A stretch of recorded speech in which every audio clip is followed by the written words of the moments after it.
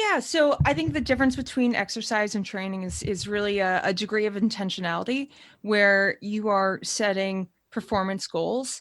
And exercise, it's for feeling good, for maximizing health. It's great for your brain, it's great for your body, but it doesn't have that same degree of intentionality that you have with training. And training, it doesn't have to necessarily be for competitive events. Welcome to Champions Mojo, a podcast to bring out your inner champion. Your hosts are sisters-in-law Kelly Pallas and Maria Parker. Kelly is a former Division I head swim coach, Olympic trials qualifier, and holds national and world records in masters swimming. Maria holds world records in endurance cycling and won the world's toughest bike race, Race Across America. Both are certified health and life coaches. Our goal is to inspire you through conversations with champions. And now, your host, Kelly Pallas. Hello, friends. Welcome to the Champions Mojo podcast. And as usual, I am co-hosting with Maria Parker. Hello, Maria. Hello, Kelly. Maria, what a great show we're going to have today. We are welcoming our first triathlete to the show, and what a place to start with two-time Olympian for the USA in triathlon. She is definitely a champion with a big triathlon resume, wins in all distances of triathlon from sprints all the way up to Ironman. It's the successful Sarah True. But Maria, before we bring Sarah in, would you share a bit more about her? Sure. Sarah has her roots in swimming and swam at Middlebury College in Vermont, where she earned All-American honors as a swimmer, and for the last 15 years has been building her triathlon resume to one of the best in the world. So without further delay, let's bring in Sarah. Welcome to the show, Sarah. Thank you for having me. I'm really excited for this podcast. Yeah, Sarah, welcome. And Sarah, I'm going to start right in with the fact that you swam at Middlebury College, and I ask you, did you swim for Peter Solomon? Yes, I did. And he's one of my favorite people on this planet. Yeah, this is really funny. I did not know that about you at all. So I'm like a huge fan of yours, just watching your triathlon career. And I told you in the pre-show, Maria and I both have done a lot of triathlons ourselves, but Peter and I swam together at NC State, and Peter and I were captains of the NC State swimming team together at the same time. And he is just one of the greatest coaches, one of the greatest people. So I cannot believe, just in the little details of your life, when I saw that you swim at Middlebury, I couldn't believe it. So tell me a little bit about what it was like to swim in college at Middlebury, and just how that kind of transitions you into triathlons. Yeah, so I guess I should back up and say Middlebury's a Division III school in Vermont. But the moment I stepped onto campus, I felt like this is it. This is the school where I want to be. I knew that a smaller school would be a good fit for me because I was always interested, not in swim. I'd never swum year round. That seemed really intimidating to me, a big program. So a small program where I could run and bike and just be active the rest of the year was really exciting to me. On my recruiting trip, the very first time I met Peter Solomon, whom you just mentioned, we went for a run together. He also was a triathlete at the time. I have to check in with him and see if he's still doing them. He said it was the first time he's ever been for a run with one of the athletes he's recruited. And I don't know, it just felt right. I loved the ability to balance other interests and academia with sports. And I left college with a huge fire in my belly to still be an athlete. While I think athletically, if I'd done a year-long program, super intense program, I would have seen some really fast times potentially. But I don't know that I would still be a professional athlete. So I think, to anybody who's considering college out there who listens to this podcast, it's good to consider, what you want long term. And for me, that was longevity in sport in general. So you knew back even when you were looking at colleges that you wanted to do sports forever. Absolutely. I mean, it's a lifelong habit, right? As you both can attest to. Yes. And that leads me into, so you're talking to a couple of, older lady athletes. We're both coming up on our 60th birthday, not quite too soon, but we are, and we're still very active in, I know Maria's resume rode, one RAM in 2013. Her 50s. Yeah, her 50s. So not just RAM against, masters, but RAM against everybody in her 50s. So we feel like women athletes, because that's who we kind of deal with, can get better and better well into their older age groups. I mean, Maria calls herself an adult onset athlete, and you're 38 now, right? Yeah. Yeah. What are your thoughts on, that you're approaching 40 and you're training for 2020, 21, or are you? What's going on in your mind with all that? So I switched to Ironman distance triathlon after the 2016 games. And that's what I think, as you both can back me up on this, you find as you get older, you get really good at the long grinding endurance, something like RAM. I don't know if that's in my future, but I'm not going to count it out. But what I love is that when you're younger, that speed comes really naturally. And as you get older, you really find your way in endurance. Like, that's been the progression of my professional career. I am still doing Ironman. I love seeing, some of my peers who are in their 40s still out there crushing it in professional racing. I'm not sure, if that will be me, but the fact that we have this ability to shift gears and, change sports, change disciplines, change distances, I think it's such a remarkable time for athletes in this country. Maria, I know you're salivating. You've got to jump in here as the RAM queen. I think, as you age, you get to use the muscle that you don't develop as much when you're young, and that's your brain in sports. And so you have this ability to use your mind, and you learn to use your mind where your body might be failing you in parts. So, I mean, I love the idea that, that's why I asked the question about college, like knowing this is part of who I am. I am always going to be active physically. And, Kelly and I do some health coaching too. And a lot of what I'm doing is encouraging the people to think of themselves as an athlete, and that this is just part of what you do. And I listened to watch one of your YouTube videos sort of about the difference between exercise and training. I thought that was really interesting. Can you talk about that a little bit? Yeah, so I think the difference between exercise and training is really a degree of intentionality, where you are setting performance goals. And, exercise, it's for feeling good, for maximizing health. It's great for your brain, it's great for your body, but it doesn't have that same degree of intentionality that you have with training. And training, it doesn't have to necessarily be for competitive events. Right now we're finding ourselves in a period of time where we don't have competitive events in the near horizon, but most of us who were training before COVID are currently training.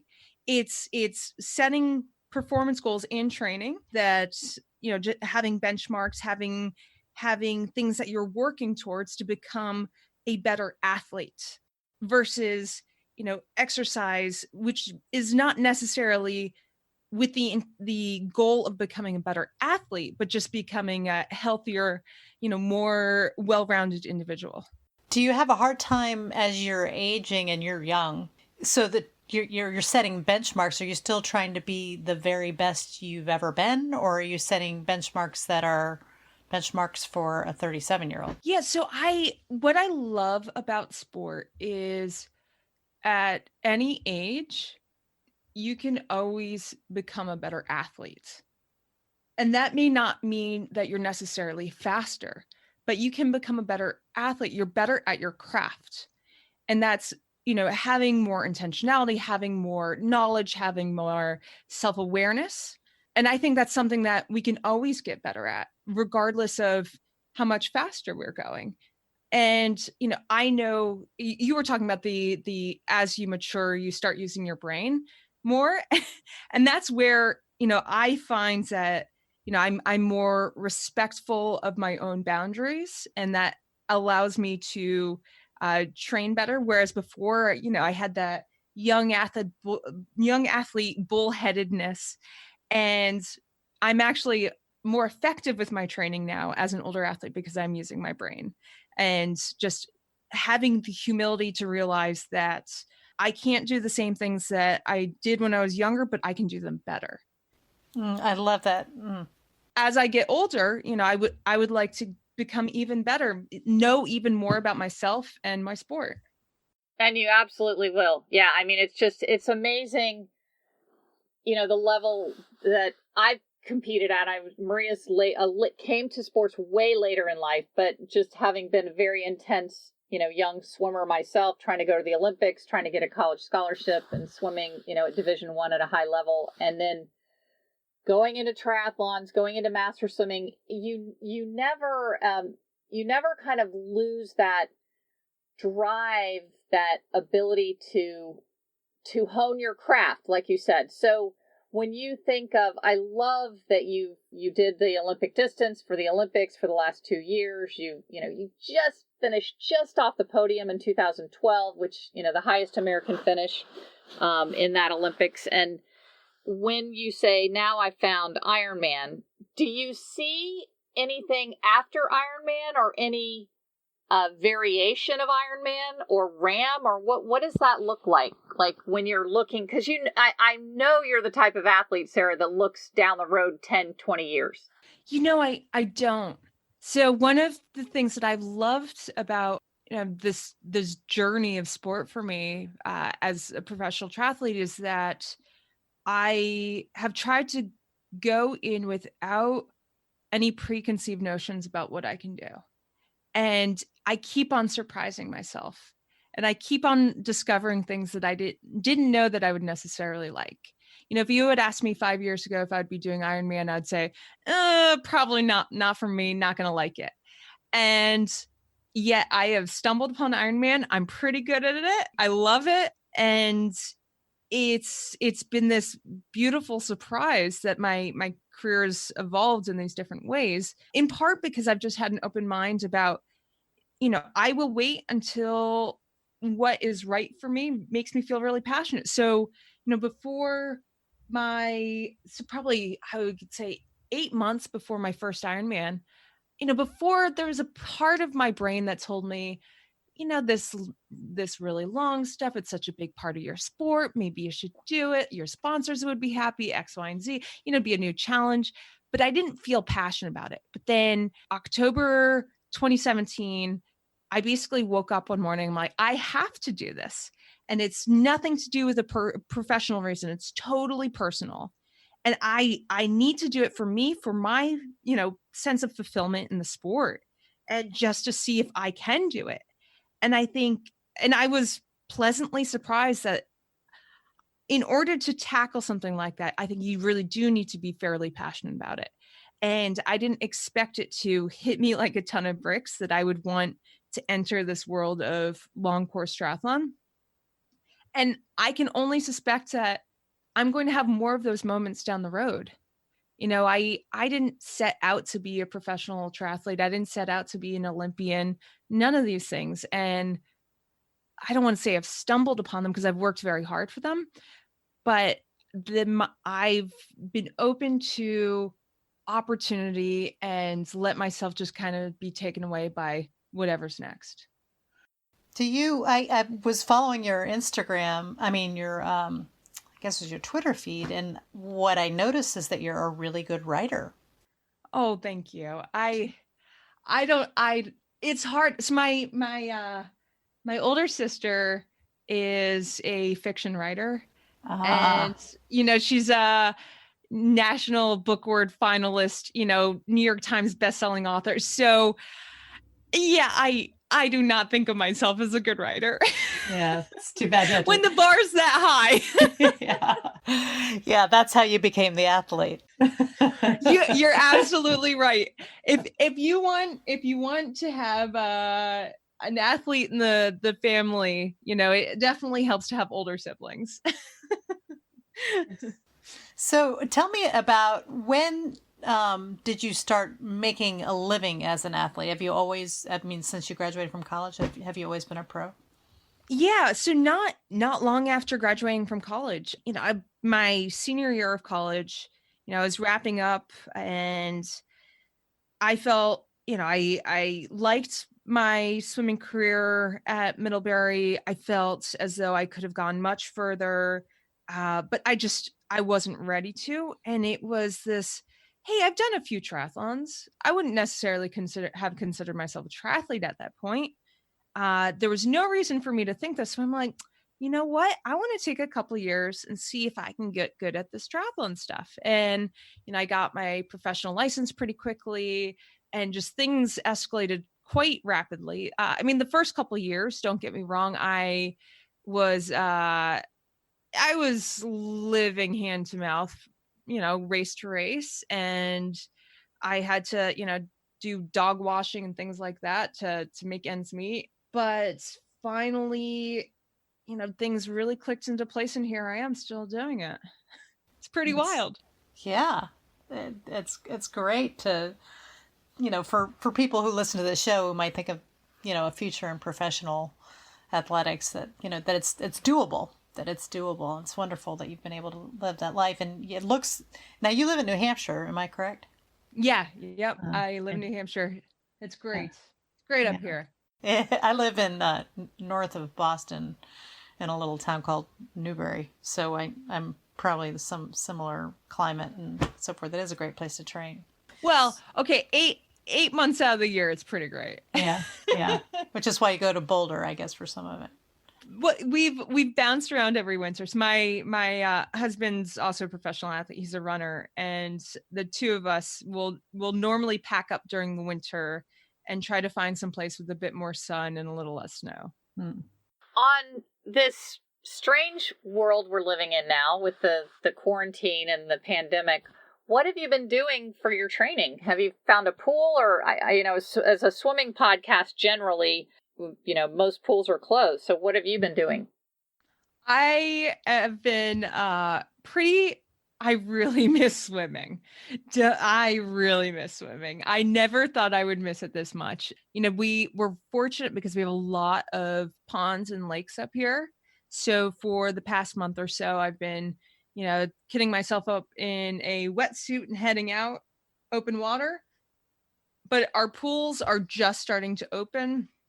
My local pool, you book in advance for 30 minutes. And I'm like, 30 minutes is not worth it for me. I'm sorry.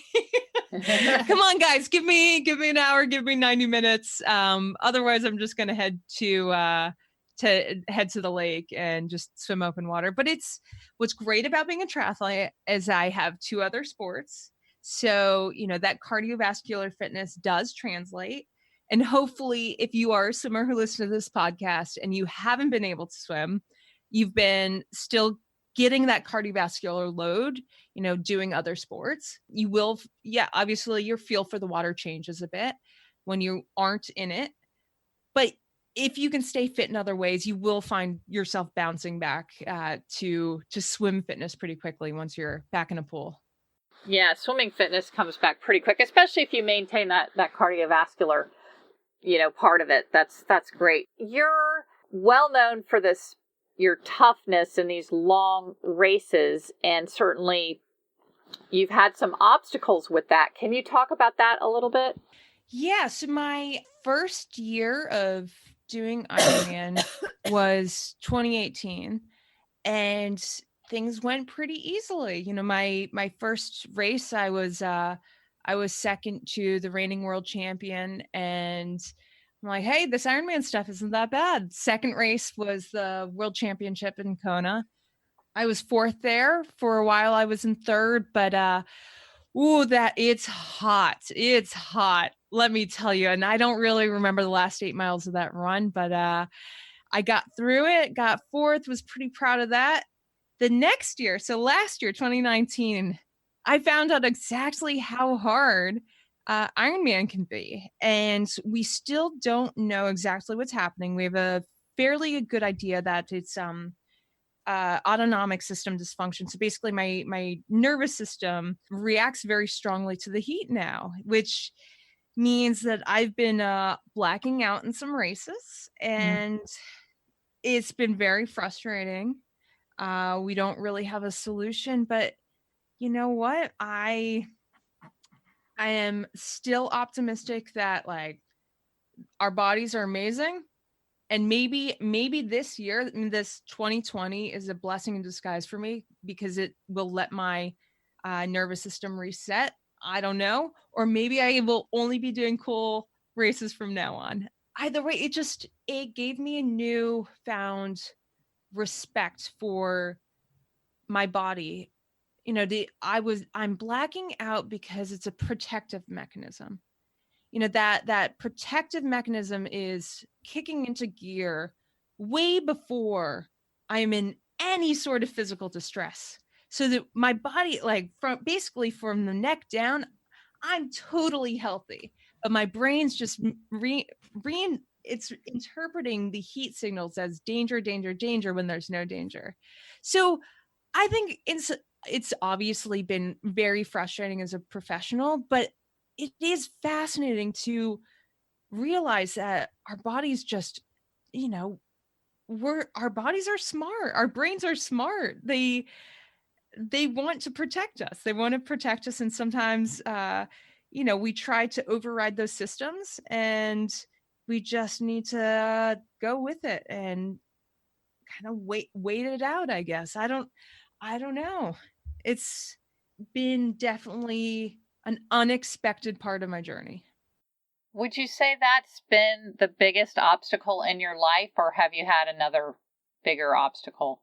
I would say that's just it's a professional obstacle that's been fairly recent. I would say it's not necessarily an obstacle. I don't think anything in my life necessarily has been.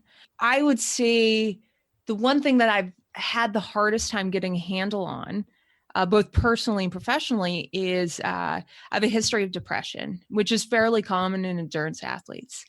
And developing skills and coping mechanisms to help me be able to navigate kind of the harder times and still be a professional athlete. It's taken years to find a good strategy, but I kept on working away at it. And, it's always going to be changing and evolving.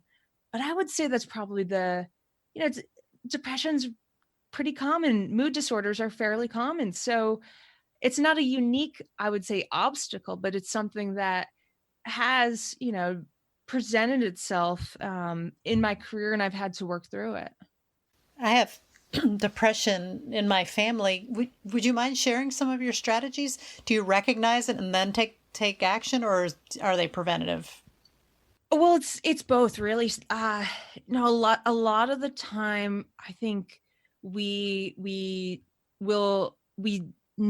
want help when we're in a moment of crisis or near crisis. And I've found that I need to focus a lot of attention on the times where I feel like things are good, and develop strategies to carry me through those bad times. And that's, for me, obviously exercise is such a huge part of what I do, but it's finding that balance between, is this healthy? Is this productive? Getting outside for everybody, that has a huge mental health benefit, as does exercise. But when you're talking about high performance sport, you can go over the edge. So I found that periods where, I'm overtraining, I'm doing too much exercise, or just I can't really cope with the physical load. I do find that there is a tendency for me to go into depressive periods at times. Whether you're an athlete or you aren't, it's really just stress is a trigger. So we don't think of training as necessarily being a stress, but it's both a physical and emotional stressor. Depression, obviously, if you have clinical depression, it comes and goes throughout your life.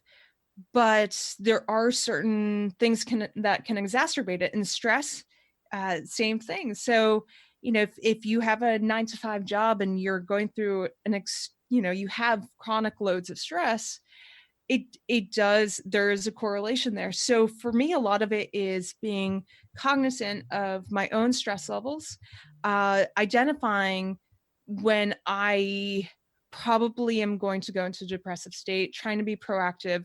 That might mean backing off my training, spending more time with people, talking to my therapist more often.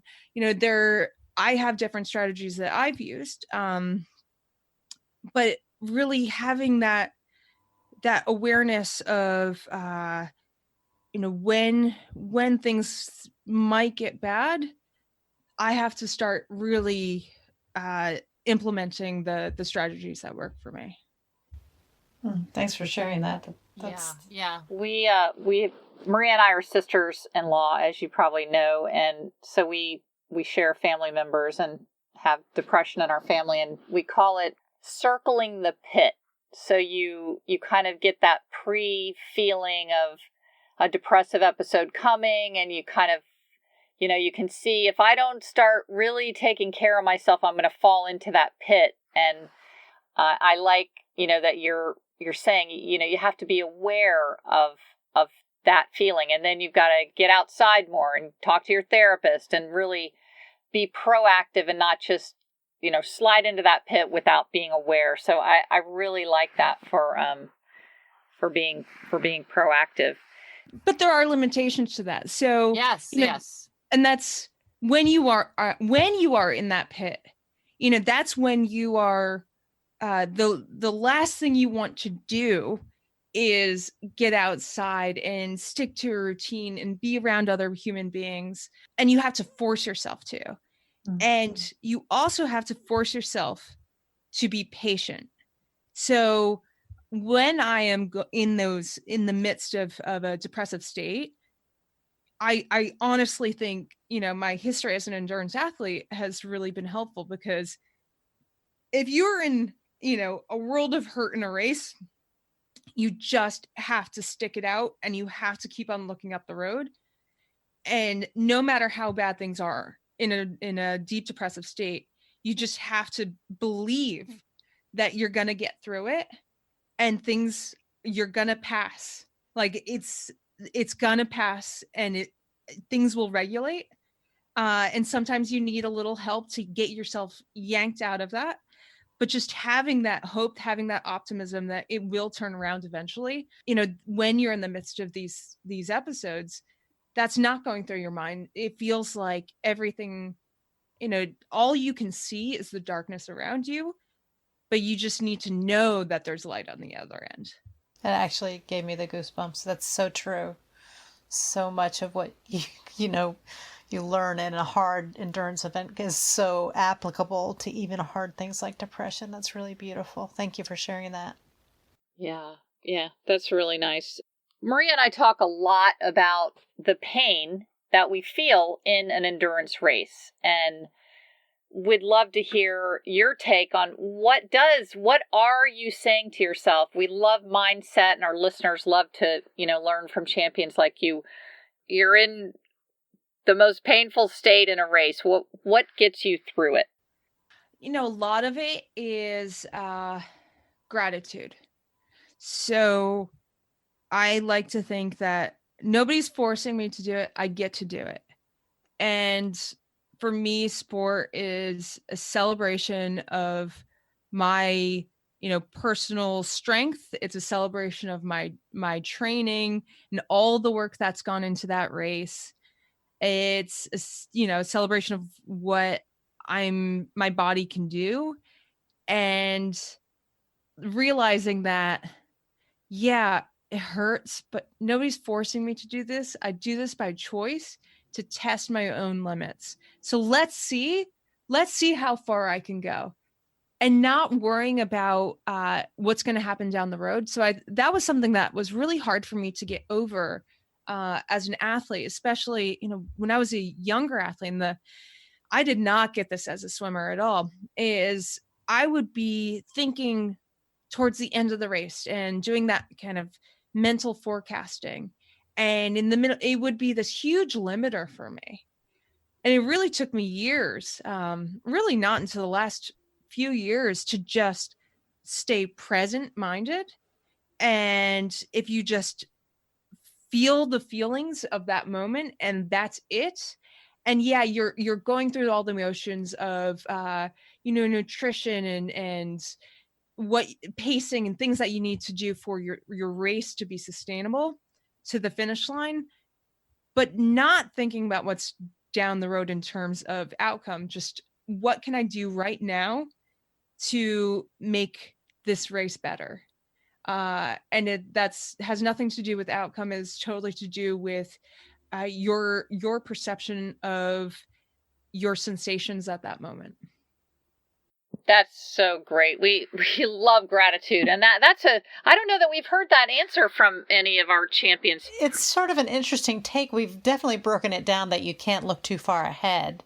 But the idea of being grateful even for this opportunity in this moment to feel this discomfort, and I'm doing it for myself, is great. I that's a wonderful take. I love it. Yeah. Sarah, what else? Obviously, that's a huge part of your character for being a champion. What other traits do you have that you think make you successful? I think resilience. I have come across so many athletes who were more talented than I was, but I keep on bouncing back. And over the long run, that will make you more successful than somebody who is very talented, but doesn't know how to get themselves back up after difficulty and keep going. So much of, especially endurance sports, so much of sport rewards consistent hard work, and that has been my saving grace, is that I don't get, knock on wood, I don't get injured often. I've been able to kind of just stay on the road, stay healthy, avoid really big periods of time where I can't train and can't get out there, and my performances have reflected that. It's the beauty of sport, is that nobody cares about 1 week of training, 1 month of training. Really, it's the culmination of years, and it's hard to see that as a young athlete. But as you get older, you start to realize that, okay, so maybe I haven't swum for 3 months, but that's okay, because you know what? I've swum for years, and it's gonna come back. And it's the athletes who don't have if you don't have the confidence of everything that you've done for years, then you rush. So I've seen so many times athletes get into a cycle of injury or overtraining where they start panicking and they start to, increase volume, increase load too quickly, and their bodies can't handle it. So, they enter this cycle of never being where they should be. I would rather train at 90% and just be consistent rather than trying to go for 100% and continuously breaking down. Because when you're towing that fine line, it doesn't give you a lot of room for extra stress, for ability to cope with, okay, if you've overshot it, your body's not going to be forgiving. You're better off holding back a little bit and going for the long-term perspective. So you're patient, just like, that seems to be sort of a theme for you, that you've learned to be patient no matter what life brings you in your training and your life. I've learned to be patient the hard way, but I've learned, yes. That's great. Well, I wanted to talk. I watched your YouTube videos, which I loved. They were great, very, very honest and fun.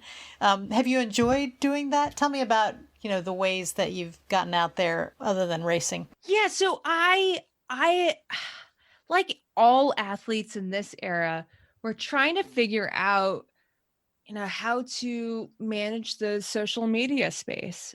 There are some athletes who are really natural at the stuff, or they they enjoy doing editing, and they would do it anyway.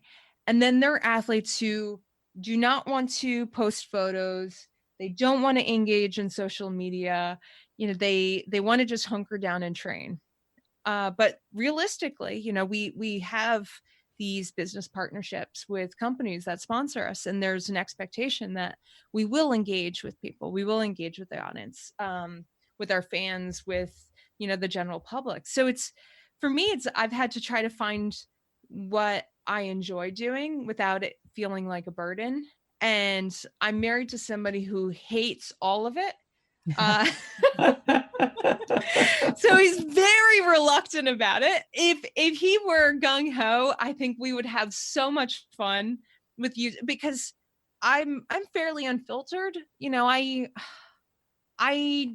I don't care if people judge me. That's fine, because I know for every person out there who's going to judge me, there's going to be another person who's like, I like the fact that you're authentic, you are who you are, and I appreciate that about you. So I like to focus on those people rather than the trolls. And your YouTube channel is Sarah and Ben True, right? I mean, so it's the two of you.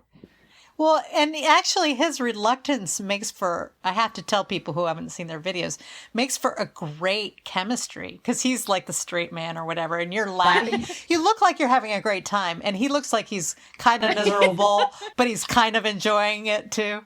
So it's really, I think the chemistry between the two of you on that channel is fabulous. Oh, thank you. I agree. I agree. That's what we are off camera too. I spend half my day trying to make this man laugh, and I get nowhere. That's funny. But he's got that kind of smile underneath. It's like he's holding it back just to keep you going. Because he wants to just laugh at me, not with me. There's a distinction there. I love it. So, Sarah, what has been your proudest moment? Oh man, my proudest moment. It really changes by the day. I would say my proudest moment was deciding that I was going to do Ironman and not caring about whether or not I was going to be good at it. So I think a lot of times our fears hold us back.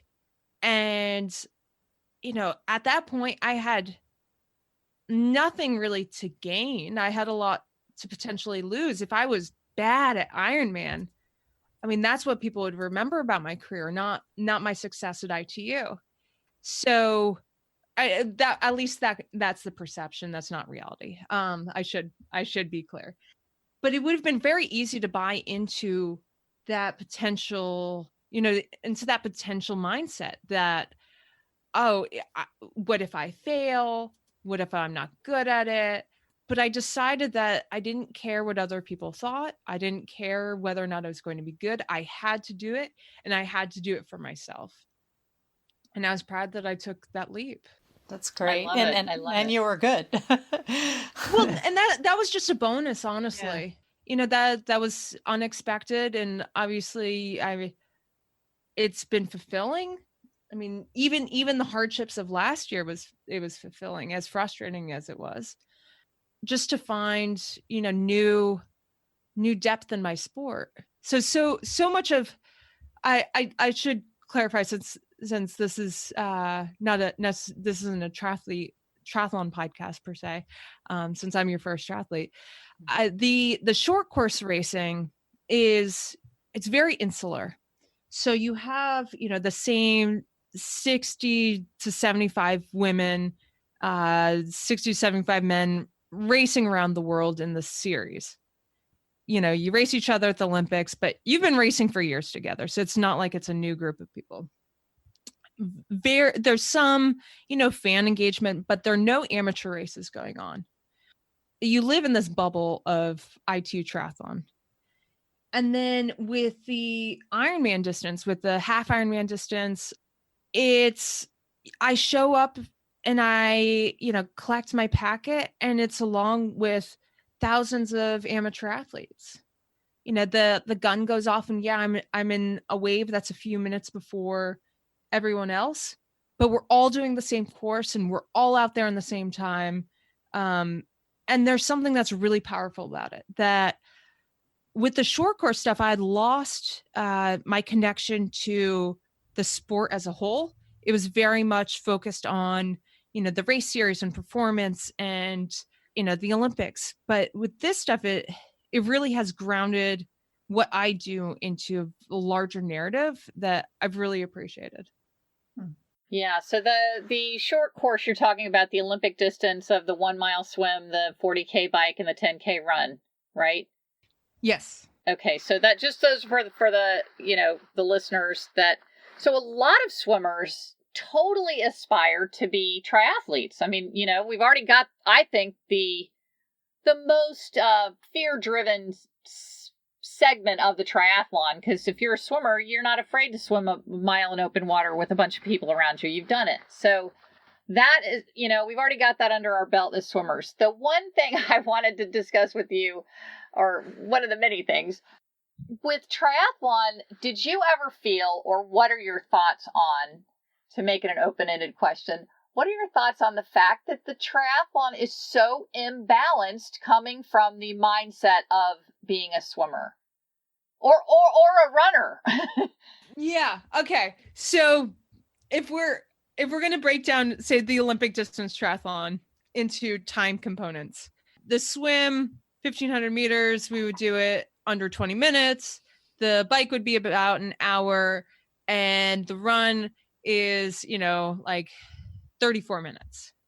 So if you're looking, that's what you're talking about, like imbalanced that way. And if you slice up the pie, the swim is easily the smallest piece of the pie. Yeah, man, I would like a longer swim. Yeah. I always wanted to win the lottery and then have Balance Bar sponsor something called the Balanced Man Triathlon, where you would break it up evenly based on the world record holder's time for the mile swim, the 40K bike, and the 10K run. And then whatever that was, you do the percentage in thirds. So you come off of that time. And I think some of my triathlon friend geek swimmers, we came out with, I think it was like a 45-minute swim and a 30-minute bike and a 20-minute run or something like that. But would you do a Balanced Man Triathlon?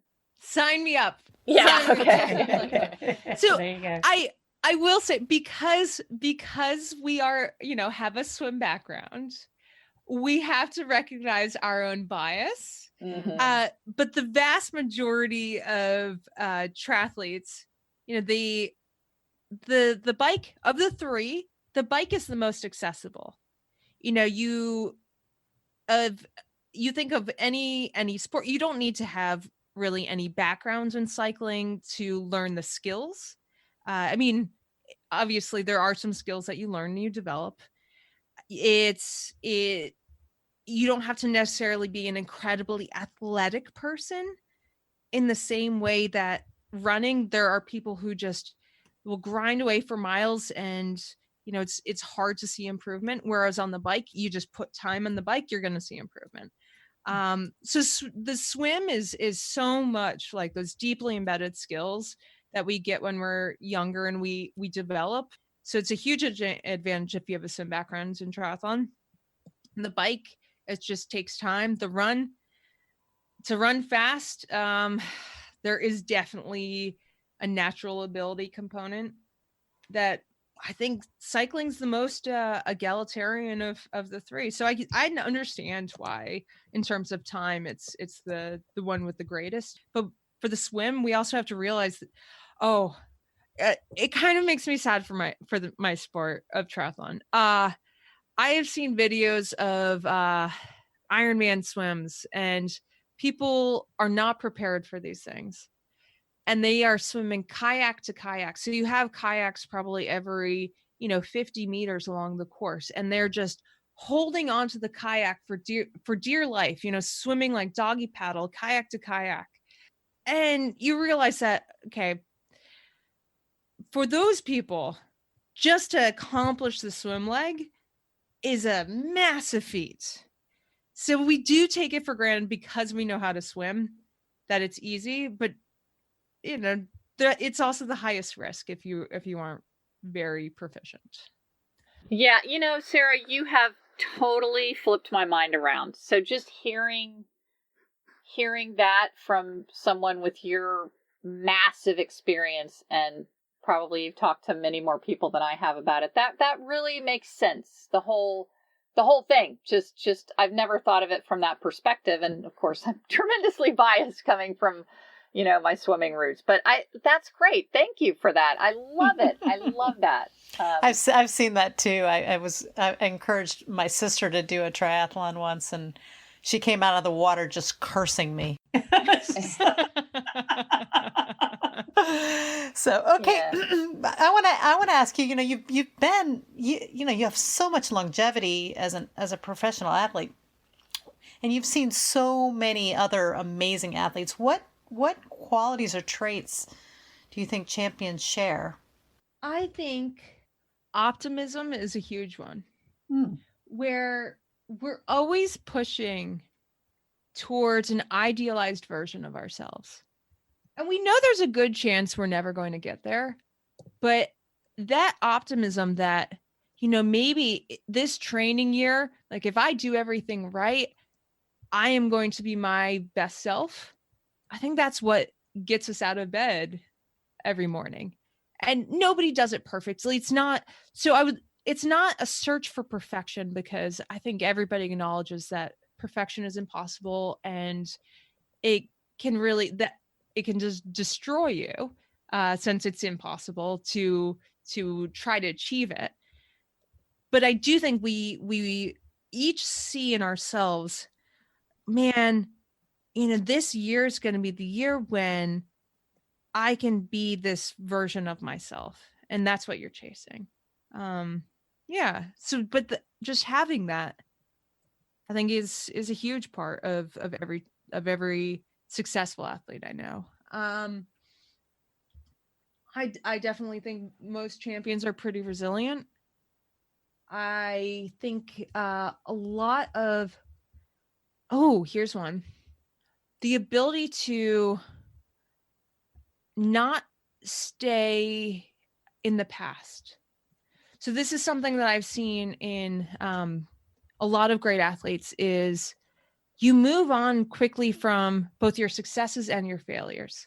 And we don't think about moving on quickly from our successes. So the athletes I know who define themselves by the best races in the past, it becomes a hindrance for them.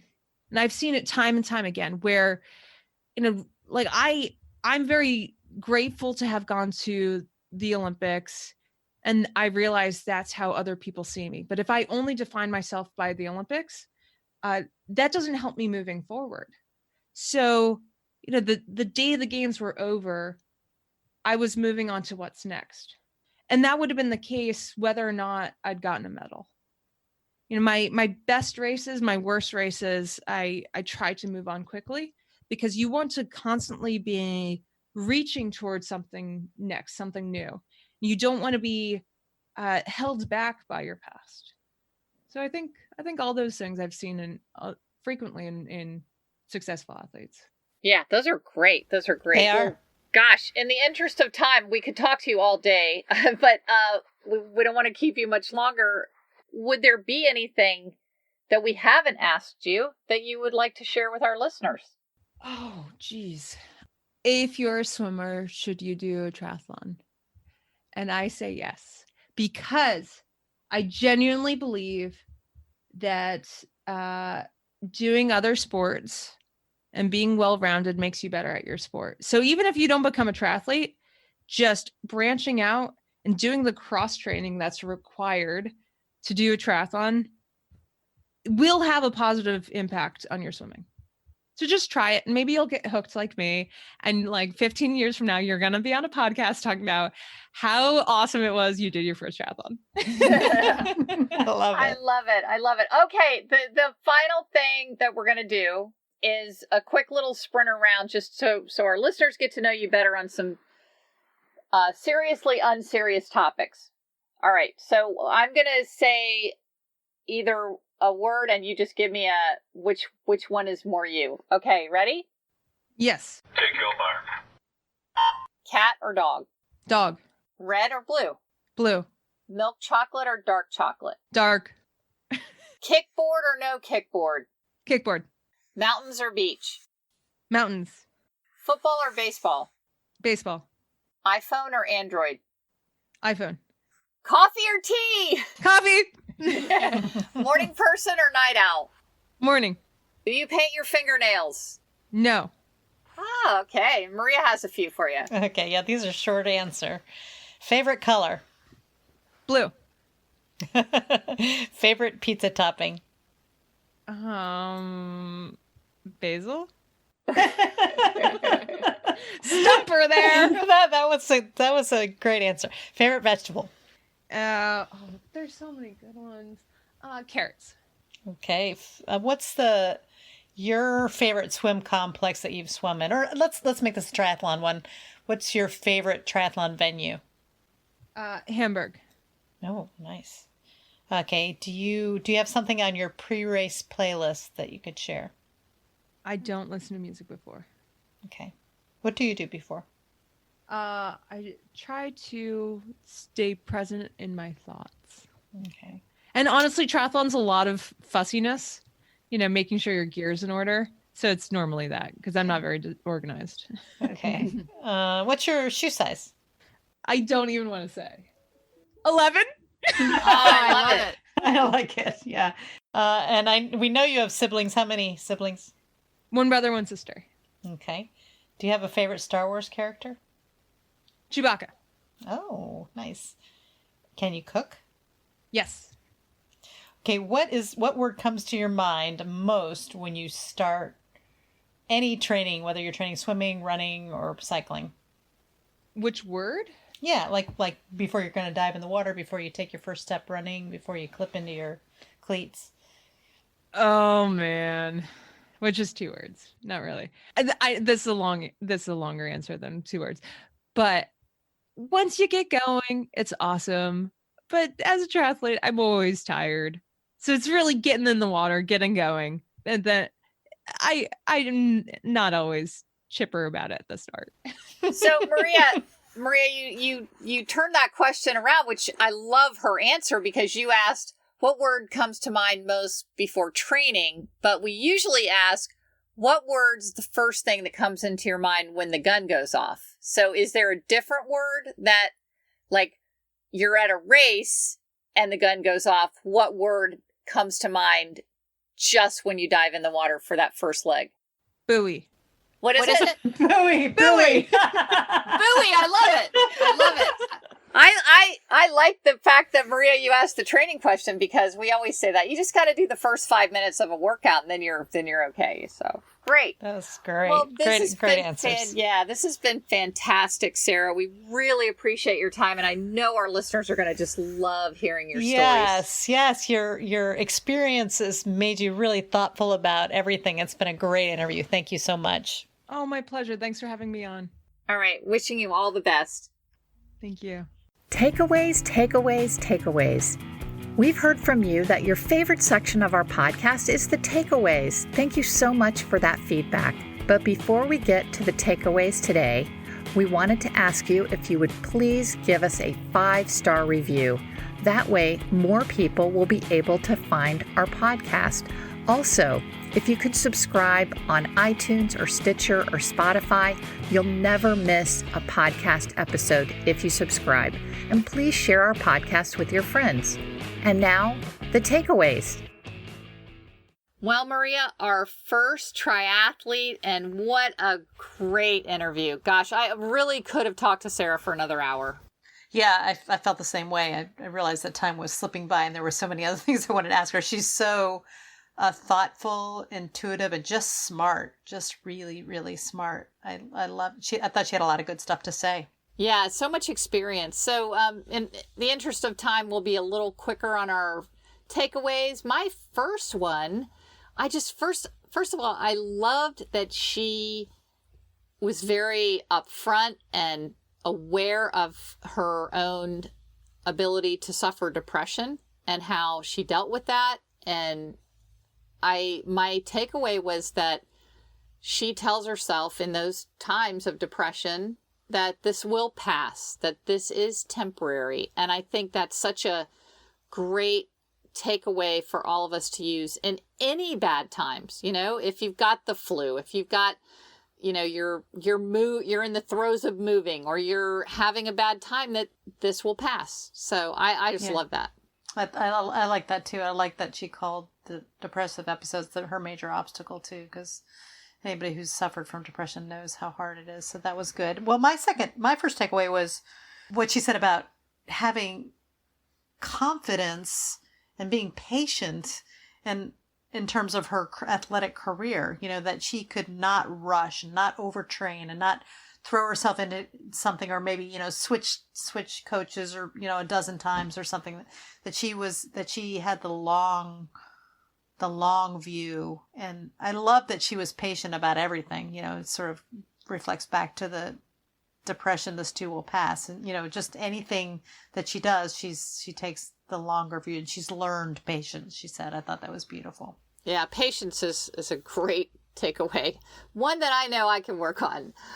Sure. My second one was when I asked her, what is your proudest moment? And she said it was her decision to embark into the Ironman distance without the fear that she would be successful or failure, or, you know, that just without any expectation. So I loved the takeaway for me there was that fear can hold us back.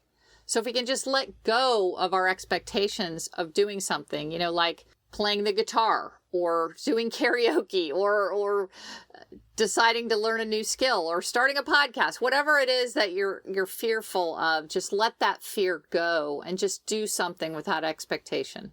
Yeah, and then she had a lot to lose because she was already very good at what she was doing, and she is sponsored. So, yeah, I like that too. I think a lot of us can understand fear, and when we hear somebody say, "I'm going to do it anyway," that encourages all of us. So that was a great one. And then the last one that, I mean, of course there was so much, but I loved how when you asked her about mental mindset and, you know, in these long distances, she said something that we've never really thought about. She said she tried to be grateful, which, you know, is so that she was using her body, that she had chosen to do that. Though even it was difficult, she just tried to stay in that moment and be grateful. And gratitude is good for so many things, but it would never occur to me. I might say, okay, I'm just going to go a little bit further and break it down. That's kind of my thing. But to take that moment and say, okay, this hurts and this is tough and I don't know where the finish line is, but I chose this, and I'm going to be grateful that I can do this with my body. I thought that was really, really beautiful. Yes, I think having gratitude in your moments of pain is definitely a great skill. So those are our takeaways. What a great interview, Maria. I feel so fortunate to be on this journey with you and get to talk to people like Sarah True. So thank you. Yeah, me too. I love you so much. Love Kelly, you too, I'm Maria. Grateful for you too. All right. Bye-bye. Bye-bye. This week's quote of the week is from Sarah True. In painful moments or depressive moments, you have to be patient. Stick it out. Believe that you're going to get through it. It will pass. You've been listening to the Champions Mojo podcast with host Kelly Palace and Maria Parker. Champions Mojo is produced by Cabra Media, and a new episode debuts every Tuesday. Subscribe wherever you listen to podcasts and leave us a 5-star review. Follow Champions Mojo on Twitter, Instagram, and Facebook @Champions Mojo.